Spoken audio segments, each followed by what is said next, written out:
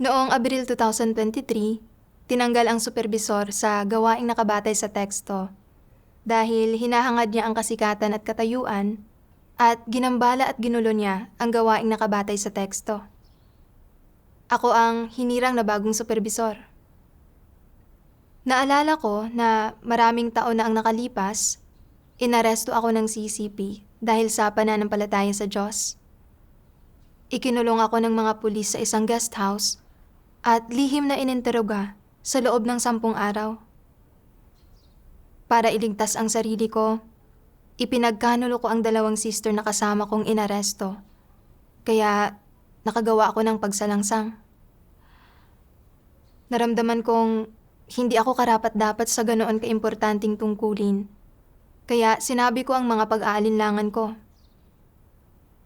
Nakipagbahaginan sa akin ang leader tungkol sa kung paanong hindi tinitingnan ng Diyos ang mga panandaliang pagsalangsang ng isang tao, kundi sinusuri niya ng komprehensibo ang tao batay sa konteksto at kalikasan ng mga kilos nito. Ang susi ay kung tunay bang nagsisi ang tao. Sinabi niya sa akin na tratuhin ko ng tama ang aking pagsalangsang. Talagang naantig ako.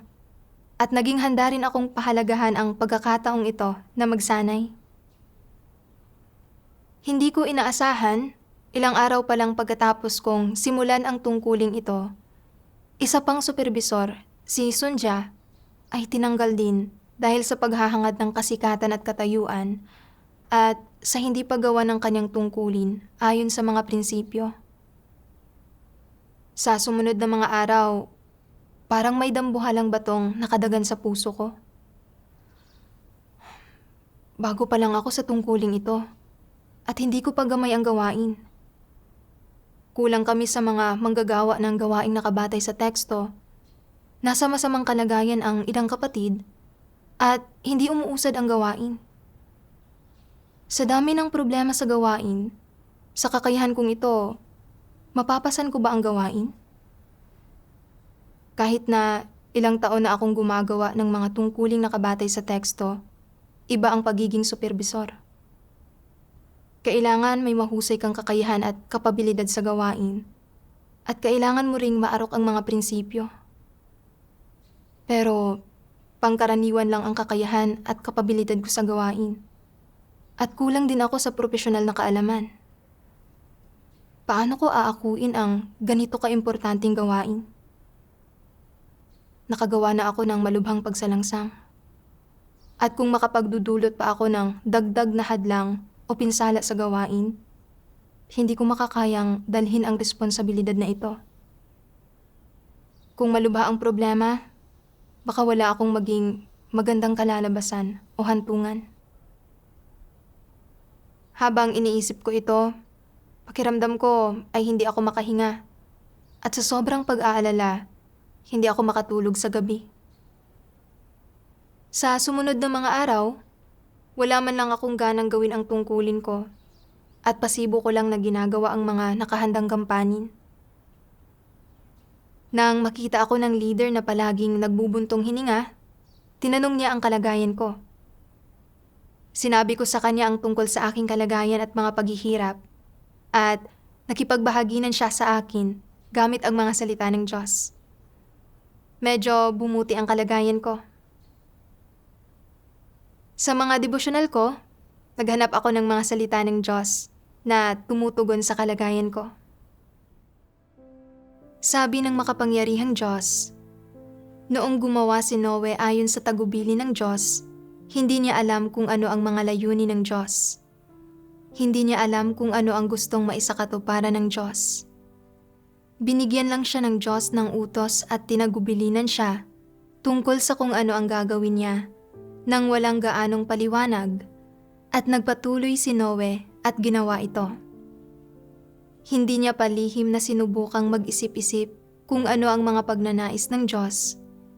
Hindi siya lumaban sa Diyos at siya ay walang iba kundi buong puso sa kanyang debosyon. Humayo lamang siya at ginawa ito ng may malinis at simpleng puso.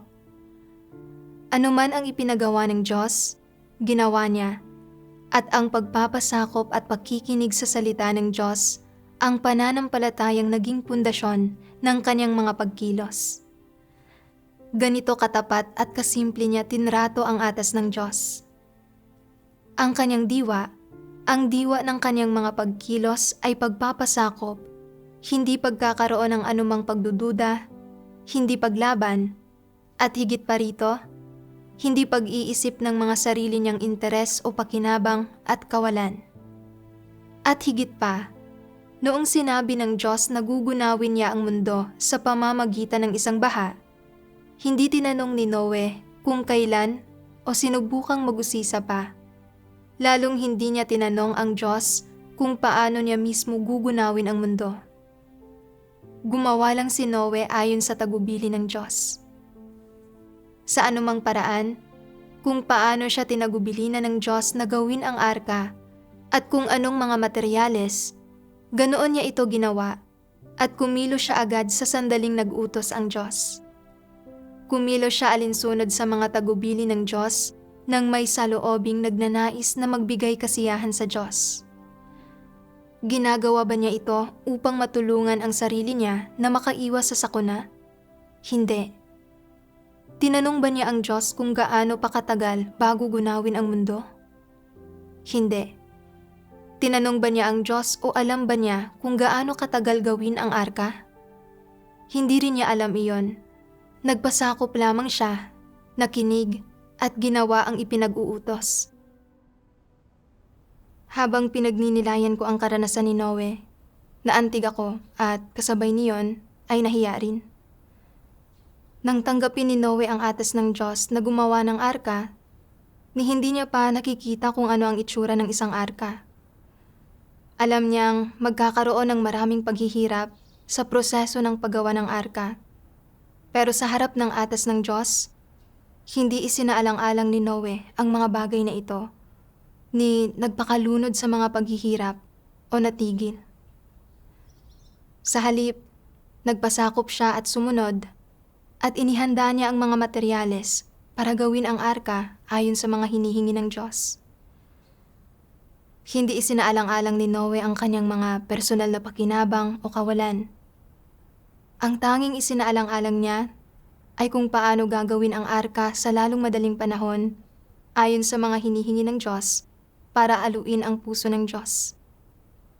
Sadyang mabuti talaga ang karakter ni Noe. Ang saloobin ni Noe na simpleng pagpapasakop sa atas ng Diyos ay nagparamdam sa akin ng kahihiyan dahil sa aking mga pagkabigo. Naisip ko ang saloobin ko kapag nahaharap sa mga paghihirap sa aking tungkulin at kung paanong hindi man lang ito maikukumpara sa saloobin ni Noe. Bagamat may ilang aktwal na paghihirap sa gawain, hindi naman imposibleng malutas ang mga ito. Halimbawa, ang kakulangan sa mga manggagawa sa gawaing nakabatay sa teksto ay maaaring malutas sa pamamagitan ng pakikipag-ugnayan sa ibang mga iglesia. Ang masasamang kalagayan ng mga manggagawa sa gawaing nakabatay sa teksto ay malulutas sa pamamagitan ng pakikipagbahaginan sa kanila ng mga salita ng Diyos. At ang pangkaraniwan kong kakayahan at kawalan ng kapabilidad sa gawain ay malulutas sa pakikipagtulungan sa leader at sa aking mga kapatid. Lahat ng paghihirap na ito ay malulutas. Pero nang dumating ang mga paghihirap na ito, hindi ko direktang hinarap ang mga ito at praktikal na nilutas para maisulong ang gawain. Sa halip, nag-alala ako na baka maantala ko ang gawain at ako ang managot sa huli. Ang tanging isinaalang-alang ko ay ang mga personal kong pakinabang at kawalan. Hindi ko man lang isinaalang-alang ang mga layunin ng Diyos, ni hindi ko inisip kung ano ang tungkulin at responsibilidad ko. Talagang napakababa ng pagkatao ko. Sa pagkatao gaya ng sa akin, hindi talaga ako karapat-dapat na umako ng gayon kaimportanteng gawain. Nakadama ako ng labis na pagsisisi sa sarili at nanalangin ako sa Diyos. O Diyos, may panghihina sa puso ko kapag nahaharap ako sa ganitong mga paghihirap sa aking tungkulin. Pakiusap, gabayan mo ako at bigyan mo ako ng pananalig at determinasyon. Handa akong umasa sa iyo sa pagdanas nito. Pagkatapos magdasal, mabilis akong naghanap ng mga manggagawa sa gawaing nakabatay sa teksto mula sa iba't ibang iglesia. Pagkalipas ng ilang panahon, halos na bago na ang pagkakatalaga ng tungkulin ng tauhan para sa gawaing nakabatay sa teksto at pumili ang mga leader ng isang bagong supervisor para makipagtulungan sa akin. Sa pamamagitan ng aktwal na pakikipagtulungan ng lahat, unti-unting bumuti ang gawaing nakabatay sa teksto. Pero hindi nagtagal ang magandang sitwasyon. Paglipas ng ilang panahon, nagsimulang bumaba ang mga resulta ng gawain. Sa sandaling iyon, nakatanggap ako ng isang sulat mula sa mga leader. Tinutukoy na hindi kami nakatuon sa paglilinang ng mga tao at na hindi gaanong maganda ang kalidad ng mga sermon na inedit kamakailan. Hiniling sa amin na suriin kung saan nagmula ang mga problema. Nang makita ang sulat ng mga leader, biglang kinabahan ang puso ko. Napakaraming problema na ang nalantad sa gawain ngayon. Dahil ito sa ako, ang supervisor, ay hindi makapamuno ng maayos o hindi ginawa ng wasto ang mga huling pagsusuri. Mukhang masyado pa ring mahina ang kakayahan ko para pasanin ang gawain ito. Pagkatapos ay naisip ko ang dating supervisor na tinanggal dahil sa paghahangad ng kasikatan at katayuan at pagdudulot ng mga pagkagambala at panggugulo sa gawain. Bagamat hindi ko sinadyang magdulot ng mga pagkagambala at panggugulo, kung maparalisa ng mahina kong kakayahan ang gawain, hindi ba't isa rin iyong pagsalangsang? Habang lalo ko itong iniisip, lalo akong nagiging negatibo at nanghina ang buong katawan ko. Natukoy kong hindi talaga ako naaangkop maging supervisor at dapat na akong bumaba sa pwesto at hayaang pumalit ang isang mas may kakayahan. Iyon ay magpapakita man lang ng kaunting kamalayan sa sarili. Hinanap-hanap ko ang mga araw noong miyembro lang ako ng pangkat. Noong ang supervisor ang nag-aalala sa lahat ng bagay at hindi ko kailangang umako ng anumang responsibilidad. Bagamat alam kong mali ang mga ganoong ideya, hindi ko makontrol ang aking mga iniisip. Noong panahong iyon, may isang sulat na nangangailangan ng agarang tugon. Pero nakatitig lang ako sa computer, hindi mapatahimik ang aking puso. Habang pinanonood ang paglipas ng oras, napagtanto kong ang pamumuhay sa ganoong kalagayan ay makaaapekto sa gawain, kaya mabilis akong nanalangin sa Diyos. O Diyos, sa pagkakita ng napakaraming problema at paglihis sa gawain, palagi kong gustong umatras. Alam kong hindi ito naaayon sa iyong mga layunin. Pakiusap, gabayan mo ako na maunawaan ang aking sarili at makaalis sa maling kalagayang ito. Pagkatapos magdasal, nabasa ko ang mga salita ng Diyos. Ang paggampan ng tao sa kanyang tungkulin ay, sa katunayan, ang pagsasakatuparan ng lahat ng likas sa loob ng tao, na ibig sabihin ay iyong likas na posible para sa tao. Noon lamang natutupad ang kanyang tungkulin. Tungkol naman sa mga kakulangan sa paglilingkod ng tao, ang mga ito ay unti-unting nababawasan sa pamamagitan ng umuunlad na karanasan at ng proseso ng pagpapasailalim niya sa paghatol. Hindi nakapipigil o nakaaapekto ang mga ito sa tungkulin ng tao.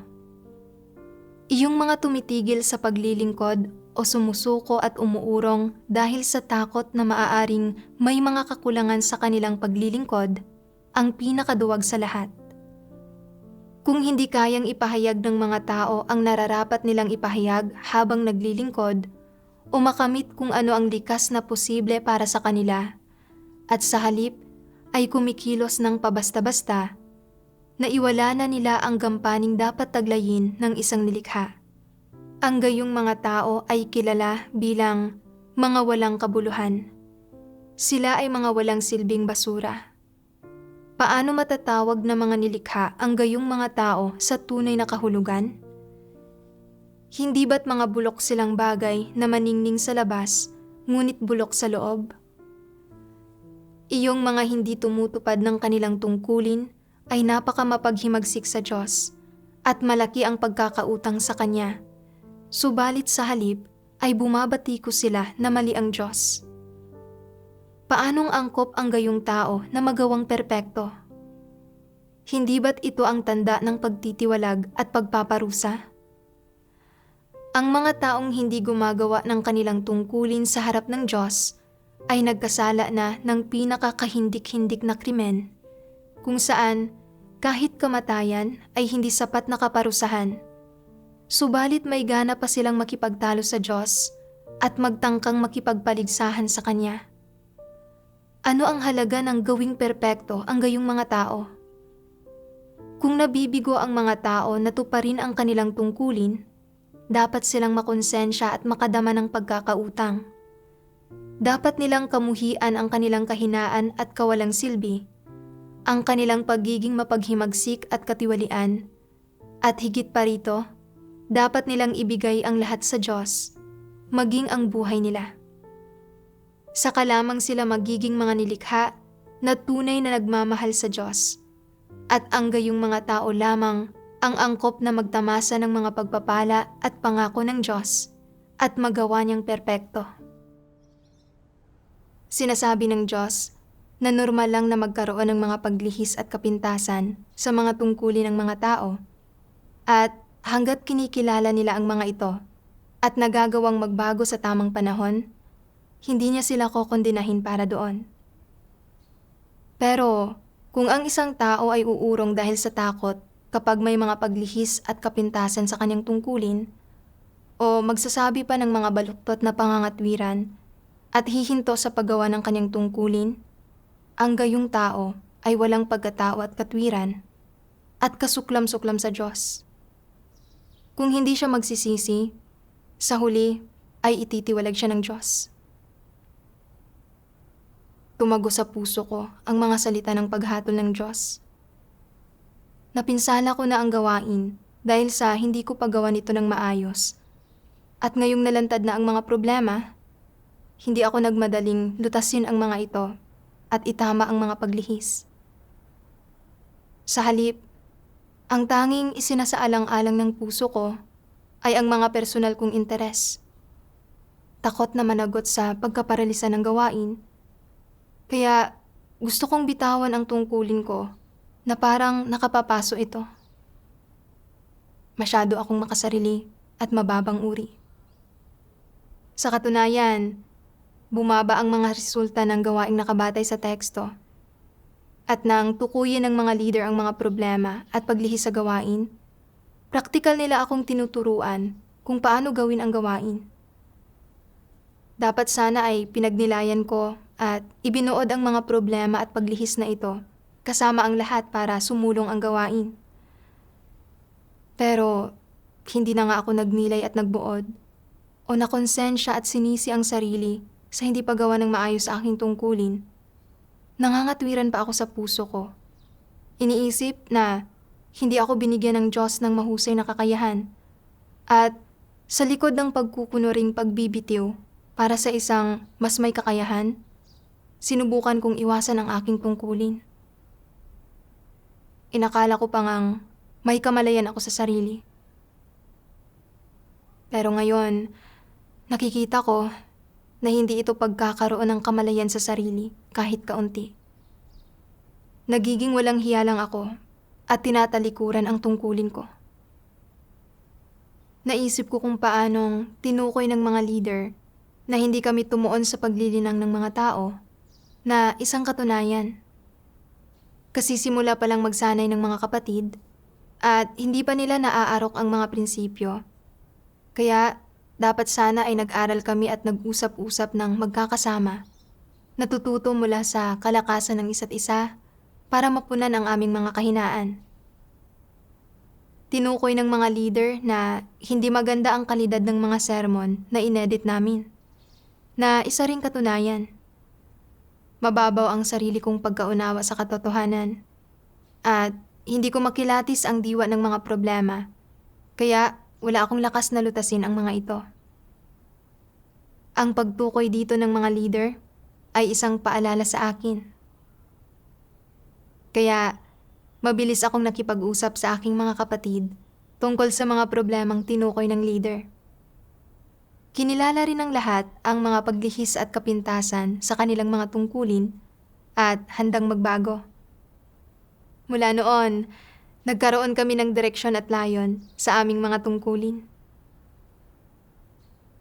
Sa aking mga espiritual na debosyon, nagpatuloy ako sa pagninilay. Bakit sa tuwing nakakaharap ko ang mga paghihirap at problema sa aking gawain, ganito na lang kagulo ang puso ko at gusto ko pang takasan ang tungkulin ko? Nabasa ko ang mga salita ng Diyos. Natatakot ang ilang tao na umako ng responsibilidad habang ginagampanan ang kanilang tungkulin. Kung binibigyan sila ng iglesia ng isang trabahong gagawin, iisipin muna nila kung hinihingi ng trabaho na umako sila ng responsibilidad at kung oo, hindi nila tatanggapin ang trabaho. Ang mga kondisyon nila sa paggampan ng isang tungkulin ay: una, na ito ay dapat na isang maginhawang trabaho.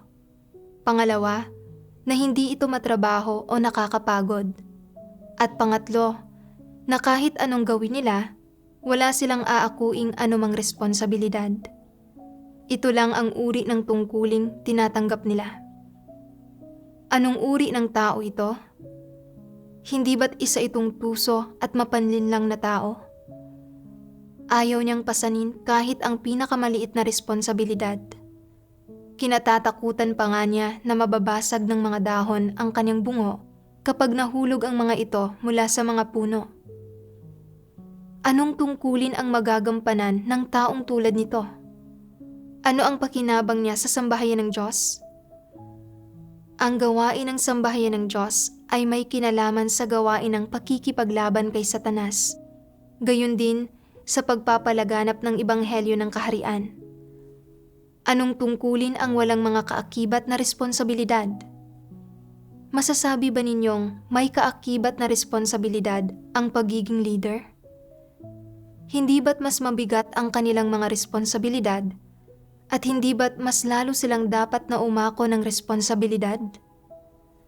Nangangaral ka man ng ebanghelyo, nagpapatotoo, gumagawa ng mga video, at iba pa, anuman ang iyong gawain, hanggat nauukol ang mga ito sa mga katotohanang prinsipyo, may mga kaakibat itong responsibilidad. Kung walang prinsipyo ang paggampan mo ng iyong tungkulin, makakaapekto ito sa gawain ng sambahayan ng Diyos. At kung natatakot kang umako ng responsibilidad, hindi mo magagampanan ang anumang tungkulin. Duwag ba ang uri ng taong natatakot na umako ng responsibilidad sa paggampan ng kanyang tungkulin o may problema sa kanyang disposisyon? Dapat ay masabi mo ang pagkakaiba. Sa realidad, hindi ito isyu ng karuwagan. Paanong napakamapangahas niya pagdating sa pagiging mayaman o kapag gumagawa siya ng isang bagay para sa sarili niyang kapakinabangan? Haharapin niya ang anumang panganib. Subalit kapag gumagawa siya ng mga bagay-bagay para sa iglesia, para sa sambahayan ng Diyos, wala siyang inaako na anumang mga panganib.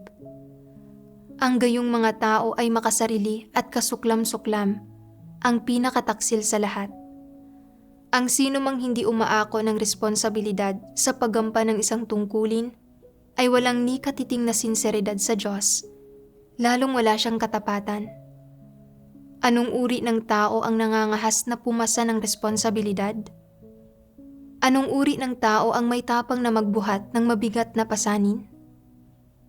Ang sino mang nangunguna at buong tapang na sumusulong sa pinakamahalagang sandali sa gawain ng sambahayan ng Diyos, na buong tapang na umaako ng mabigat na pasanin at hindi takot na magtiis ng mga paghihirap at panganib kapag nakita niya ang gawain na pinakaimportante at pinakamahalaga.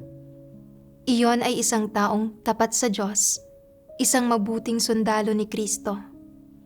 Ito ba ay ang kaso kung saan ang lahat ng natatakot na umako ng responsibilidad sa kanilang tungkulin ay ginagawa iyon dahil hindi sila nakakaunawa sa katotohanan? Hindi. May problema sa kanilang pagkatao. Wala silang pagpapahalaga sa katarungan o responsibilidad. Sila ay mga taong makasarili at kasuklam-suklam. Sila ay hindi mga sinserong mananampalataya sa Diyos at hindi nila tinatanggap ang katotohanan kahit kaunti. Dahil lang sa dahilan na ito, hindi sila maliligtas. Ang mga nananampalataya sa Diyos ay dapat magbayad ng malaking halaga para makamit ang katotohanan at makakaharap sila ng maraming balakid sa pagsasagawa nito.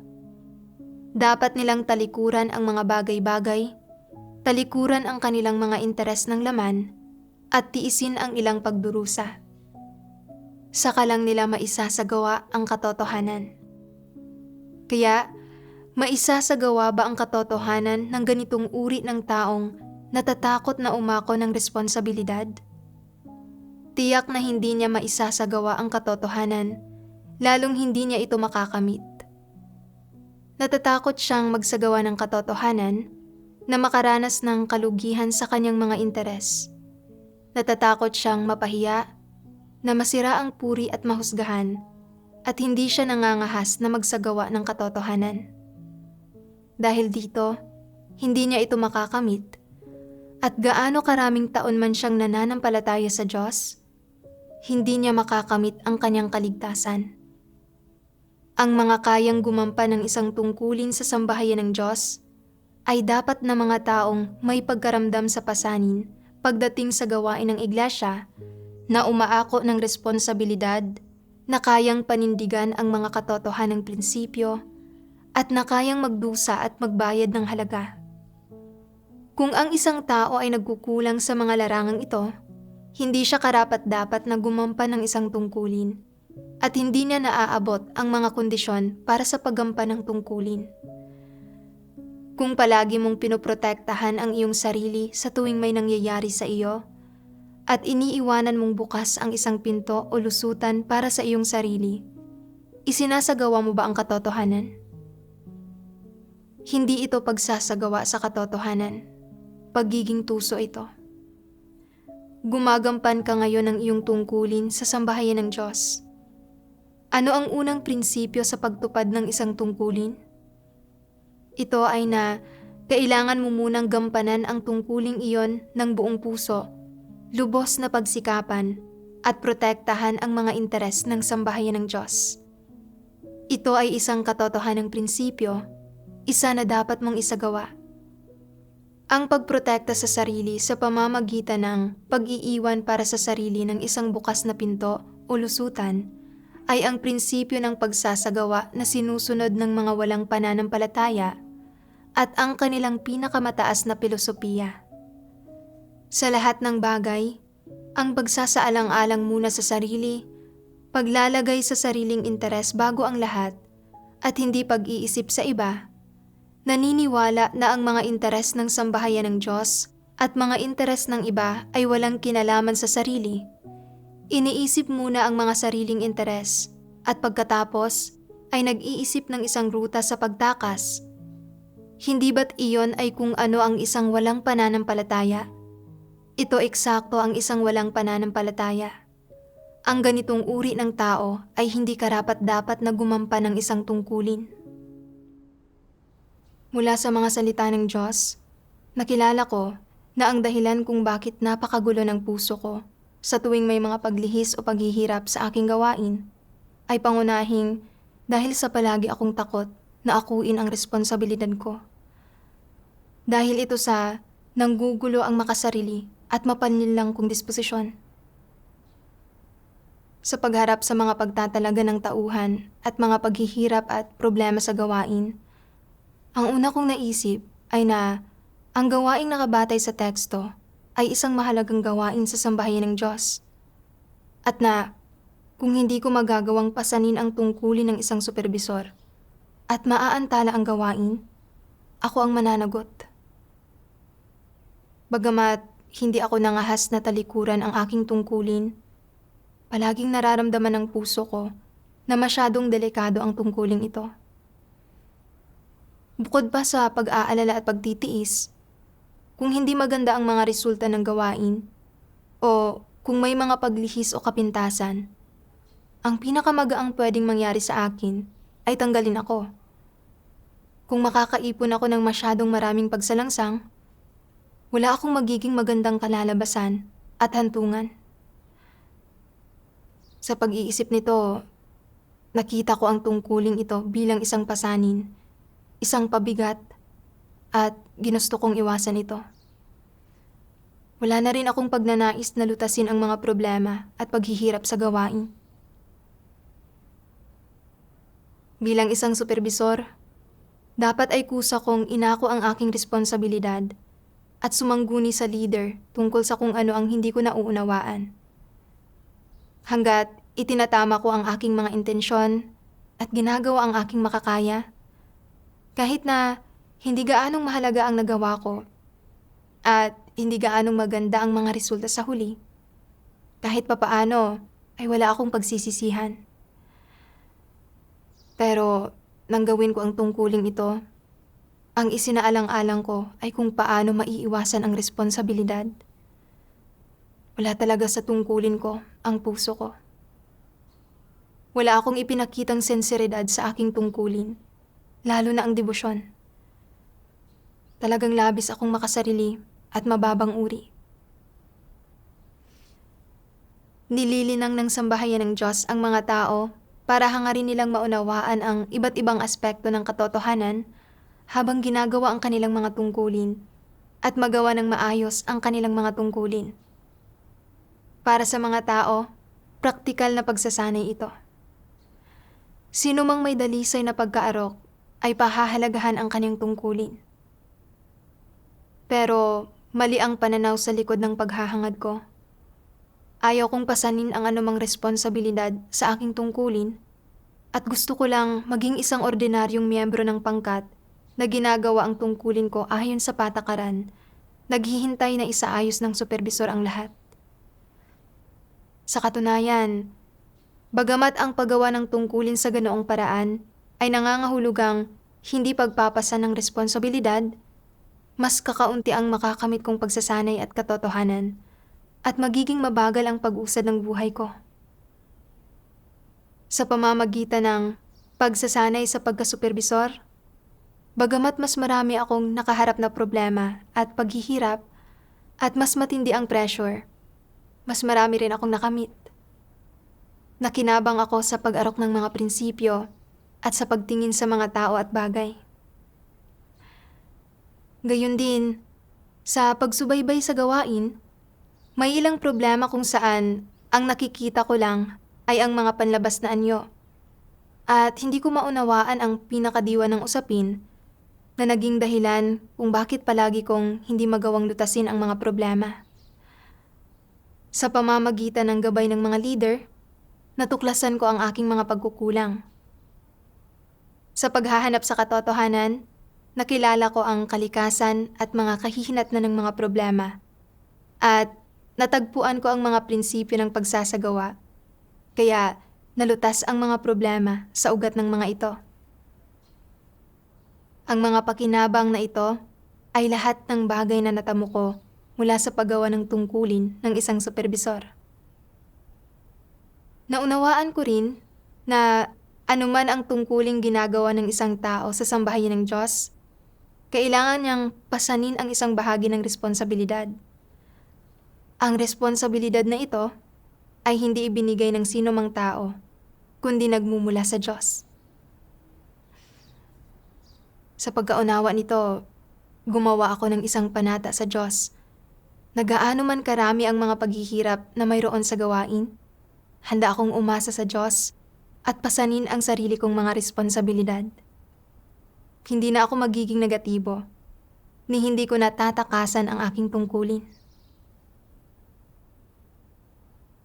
Minsan, nabasa ko ang isang sipi ng mga salita ng Diyos na sinipi sa isang artikulo ng patotoong batay sa karanasan na napakaangkop sa aking kalagayan. Sabi ng makapangyarihang Diyos, hindi naniniwala ang ilang tao na tinatrato ng patas ng sambahayan ng Diyos ang mga tao. Hindi sila naniniwala na naghahari ang Diyos sa kanyang sambahayan at na naghahari doon ang katotohanan. Naniniwala sila na anumang tungkulin ang ginagawa ng isang tao, kung magkakaroon ng problema roon, pangangasiwaan kaagad ng sambahayan ng Diyos ang taong iyon, tatanggalin ang kanyang karapatan na gumawa ng tungkulin, palalayasin siya o papaalisin pa nga siya sa iglesia. Ganoon ba talaga ang kaso? Siguradong hindi. Pinakikitunguhan ng sambahayan ng Diyos ang bawat tao ayon sa mga katotohanang prinsipyo. Ang Diyos ay matuwid sa kanyang pagtrato sa bawat tao. Hindi lamang niya tinitingnan kung paano kumilos ang isang tao sa isang pagkakataon. Tinitingnan niya ang kalikasang diwa ng isang tao, ang mga intensyon nito at ang saloobin nito. Sa partikular, kapag nagkakamali ang isang tao, tinitingnan niya kung kaya ba nitong pagnilayan ang sarili nito, kung nagsisisi ba ito, at kung kaya ba nitong matarok ang diwa ng problema batay sa kanyang mga salita, nang sa gayon ay nagagawa nitong maunawaan ang katotohanan, kamuhian ang sarili nito, at tunay na magsisi. Kung walang tamang saloobin ang isang tao, at ganap na siyang nabahiran ng mga personal na intensyon, kung puno siya ng mga tusong pakana at walang ibang ibinubunyag kundi mga tiwaling disposisyon, at kung kapag may mga lumilitaw na problema, nauuwi pa nga siya sa pagkukunwari, mapanlinlang na pangangatwiran at pagpapalusot, at nagmamatigas na tumatangging aminin ang kanyang mga pagkakamali, kung gayon, ang ganoong tao ay hindi maliligtas. Hindi talaga niya tinatanggap ang katotohanan at hindi siya tamang tao. Ganap na siyang nabunyag. Iyong mga hindi kayang tanggapin ang katotohanan kahit kaunti ay mga hindi mananampalataya sa diwa at maaari lamang na itiwalag. Sabihin ninyo sa akin, kung nakagawa ng pagkakamali ang isang tao, ngunit naaabot niya ang isang tunay na pagkaunawa at handa siyang magsisi, hindi ba't bibigyan siya ng pagkakataon ng sambahayan ng Diyos? Habang papatapos na ang 6,000 taong plano ng pamamahala ng Diyos, napakaraming tungkuling kailangang magawa. Pero kung wala kang konsensya o katwiran, at hindi mo inaasikaso ang iyong nararapat na gawain, kung nagkaroon ka ng pagkakataong gawin ang isang tungkulin, ngunit hindi mo alam kung paano iyon pahahalagahan, kung hindi mo hinahangad ang katotohanan kahit kaunti, nang hinahayaan mong makalampas ang pinakamagandang pagkakataon, kung gayon ay mabubunyag ka. Kung palagi kang pabasta-basta sa paggawa sa iyong tungkulin at hindi ka man lang nagpapasakop kapag nahaharap ka sa pagkakapungos, pwede ka pa rin kayang gamitin ang sambahayan ng Diyos para gumawa ng tungkulin? Sa sambahayan ng Diyos, ang katotohanan ang naghahari, hindi si Satanas, at ang Diyos ang may huling pasya sa lahat ng bagay. Siya ang gumagawa ng gawain ng pagliligtas sa tao. Siya ang may kataas-taasang kapangyarihan sa lahat ng bagay. Hindi mo kailangang suriin kung ano ang tama at mali. Kailangan mo lang makinig at magpasakop. Kapag nahaharap sa pagkakapungos, dapat mong tanggapin ang katotohanan at itama ang iyong mga pagkakamali. Kung gagawin mo iyon, hindi aalisin sa iyo ng sambahayan ng Diyos ang iyong karapatan na gumawa ng tungkulin. Kung natatakot ka palagi na matiwalag, laging pinangangatwiranan ang iyong sarili, laging gumagamit ng mapanlinlang na pangangatwiran para ipagtanggol ang iyong sarili, problema iyan. Makikita ng iba na hindi mo tinatanggap ang katotohanan ni Katiting at na ganap kang hindi makatwiran. Gulo ang kasunod nito at kakailanganin ng iglesia na pangasiwaan ka. Talagang hindi mo tinatanggap ang katotohanan sa paggawa mo sa iyong tungkulin at lagi kang natatakot na mabunyag at matiwalag. Ang takot mong ito ay nababahira ng intensyon ng tao. Sa loob ng takot na ito, may mga tiwaling satanikong disposisyon. Gayun din, may paghihinala, pagiging mapagbantay, at maling pagkaunawa. Wala sa mga ito ang mga saloobin na dapat mayroon ang isang tao. Habang pinagninilayan ang mga salita ng Diyos, naisip ko kung paanong palagi akong mapagbantay at nagkakamali ng pagkaunawa sa Diyos kapag sumasapit sa akin ang mga bagay, takot na mabunyag at matiwalag. Ito ay dahil wala akong kaalaman sa matuwid na disposisyon ng Diyos. Naisip ko na nakagawa ako ng malubhang pagsalangsang sa nakaraan at na kung hindi ko gagawin ng maayos ang aking tungkulin at magdudulot ng kaguluhan at pinsala sa gawain ng iglesia, mas marami pa akong magagawang pagsalangsang. At kung malubha ang mga ito, ako ay matitiwalag. Sa katunayan, kung ginawa ko ang aking tungkulin ng buong puso at lakas, pero kapos sa kasanayan dahil sa mahina kong kakayahan, babaguhin ng sambahayan ng Diyos ang itinalagang tungkulin sa akin sa isang mas angkop ayon sa aking kakayahan, at hindi ako ititiwalag dahil sa dahilang ito. Tanging ang mga sadyang gumagambala at nanggugulo sa gawain ng iglesia at tumatangging magsisi gaano man makipagbahaginan sa kanila ang matitiwalag. Katulad lang ito ng dating supervisor. Sinadya niyang labagin ang mga prinsipyo at nagdulot ng mga paggagambala at panggugulo para sa kapakanan ng sarili niyang kasikatan at katayuan. Noong panahong iyon, nakipagbahaginan sa kanya at tinulungan siya ng leader. Pero hindi siya nagsisi at sa huli ay tinanggal at itiniwalag. Ang sambahayan ng Diyos ay may mga prinsipyo sa pakikitungo sa mga tao. Pinangangasiwaan nito ang mga pagsalangsang ng mga tao ayon sa magkakaibang sitwasyon at konteksto ng bawat tao, at hindi ito naglalapat ng iisang patakaran para sa lahat.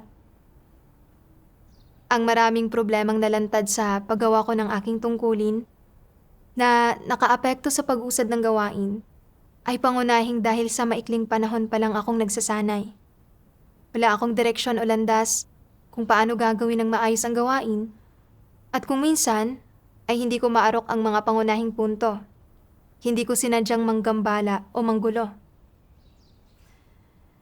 Nang makilala ko ang aking mga paglihis at naitama ang mga ito sa tamang panahon, binigyan pa rin ako ng sambahayan ng Diyos ng pagkakataong magsanay.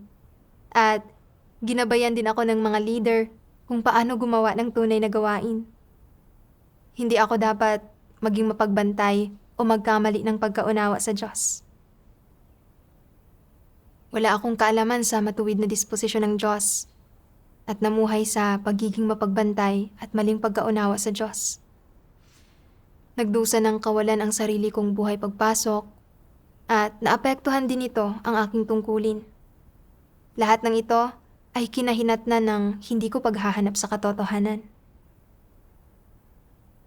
Sa isang iglap, Oktubre na. Dahil sa mga pag-aresto ng CCP, nahadlangan ang iba't ibang item ng gawain sa iglesia at bumaba na naman ang mga resulta ng gawain.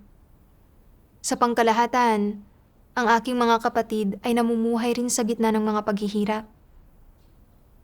Sa pagkakataong ito, hindi ako nagpakatamad o naging negatibo tulad ng dati, kundi tinalakay ko kasama ang sister na nakikipagtulungan sa akin kung paano lulutasin ang mga problemang umiiral.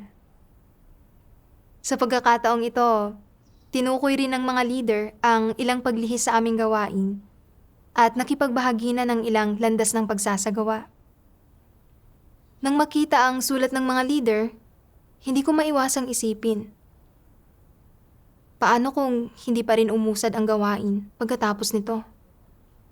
Kung maaantala ang gawain, hindi ko kakayaning pasanin ang responsibilidad na ito. Napagtanto kong iniisip ko na namang protektahan ang sarili ko. Kaya nanalangin ako at naghanap. Nabasa ko ang mga salita ng Diyos. Ano ang mga pagpapamalas ng isang matapat na tao? Una, ang hindi pagkakaroon ng pagdududa sa mga salita ng Diyos. Isa iyon sa mga pagpapamalas ng isang matapat na tao. Bukod dito, ang pinakamahalagang pagpapamalas ay ang paghahanap at pagsasagawa ng katotohanan sa lahat ng bagay. Ito ang pinakamahalaga. Sinasabi mong ikaw ay matapat, pero palagi mong iniiwasang isipin ang mga salita ng Diyos at ginagawa lang ang anumang gusto mo.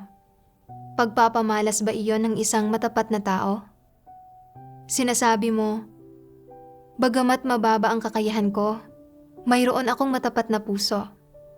Gayunpaman, kapag may tungkulin na itinalaga sa iyo, natatakot kang magdusa at magpasa ng responsibilidad kung hindi mo ito magagawa ng maayos. Kaya nagpapalusot ka para iwasan ang tungkulin mo o nagmumungkahi ka na iba na lang ang gumawa nito. Pagpapamalas ba ito ng isang matapat na tao? Malinaw na hindi. Kung gayon, paano dapat umasal ang isang matapat na tao? Dapat siyang magpasakop sa mga pagsasaayos ng Diyos, maging deboto sa tungkulin na dapat niyang gampanan, at magsikap na matugunan ang mga layunin ng Diyos, na ipapamalas ito sa iba't ibang paraan. Ang isa ay ang pagtanggap sa iyong tungkulin ng may matapat na puso, hindi isinasaalang-alang ang mga interes ng iyong laman, hindi kulang sa dedikasyon dito, at hindi nagpapakana para sa sarili mong pakinabang. Iyon ang mga pagpapamalas ng pagkamatapat. Ang isa pa ay ang paggampan ng maayos sa iyong tungkulin ng buong puso at buong lakas mo, paggawa ng maayos sa mga gampaning ipinagkatiwala sa iyo ng sambahayan ng Diyos, at pagbubuhos ng iyong puso at pagmamahal sa iyong tungkulin para bigyang kasiyahan ang Diyos. Ito ang mga pagpapamalas na dapat mayroon ang isang matapat na tao habang ginagampanan ang kanyang tungkulin. Mula sa mga salita ng Diyos, naunawaan ko na ang isang matapat na tao sa paggawa ng kanyang tungkulin ay hindi nagpapakana para sa sarili o nagsasaalang-alang ng sarili niyang mga interes, kundi mapagsaalang-alang sa mga layunin ng Diyos at ginagawa ang kanyang tungkulin ng buong puso at lakas. Dapat akong magsagawa ayon sa mga salita ng Diyos at maging isang matapat na tao. Ngayon, nag-aagaw buhay na ang malaking pulang dragon at hibang na inaaresto ang mga kapatid. Ang layo nito ay guluhin ang gawain ng iglesia. Ito mismo ang panahon na dapat kong paigtingin ang pakikipagtulungan at makipagtulungan sa lahat para magawa ng maayos ang aming mga tungkulin. Kaya, kumain at uminom ako ng mga salita ng Diyos, kasama ang sister na katuwang ko. Naghahanap ng paraan upang malutas ang mga paghihirap na dapat unahin. Inulat din namin sa mga leader ang aming mga paparating na plano sa gawain. At pagkatapos, ay hiwalay na nakipagbahaginan sa aming mga kapatid. Praktikal na nilulutas ang mga paghihirap at problema sa gawain. Pagkaraan ng isang panahon, unti-unting bumuti ang gawaing nakabatay sa teksto. Sa proseso ng aktwal na pakikipagtulungan ng lahat, nakita namin ang pagpapala at gabay ng Diyos. Pabuti ng pabuti ang mga resulta ng gawaing nakabatay sa teksto at labis kaming nagpapasalamat sa Diyos. Dati, palagi kong nararamdaman na hindi mahusay ang kakayahan ko at hindi ko magagawa ang tungkulin ng isang supervisor at tanging ang mga may mahusay na kakayahan lang ang makagagawa ng gawaing ito. Pinatutuhanan ng mga katunayan na mali ang pananaw ko. Nabasa ko ang mga salita ng Diyos. Sino ang makakarating sa kinalalagyan nila ngayon kung wala ang gawain ng banal na espiritu o ang pangangalaga ng Diyos? Anong item ng gawain ang maaaring umunlad sa kung ano ito ngayon? Inakala mo ba na nasa sekular na mundo ka?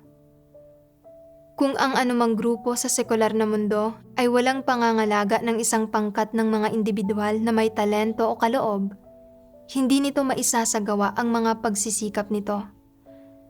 Ngunit iba ang gawain sa sambahayan ng Diyos. Ang Diyos ang nangangalaga, namumuno, at gumagabay sa gawain sa sambahayan ng Diyos.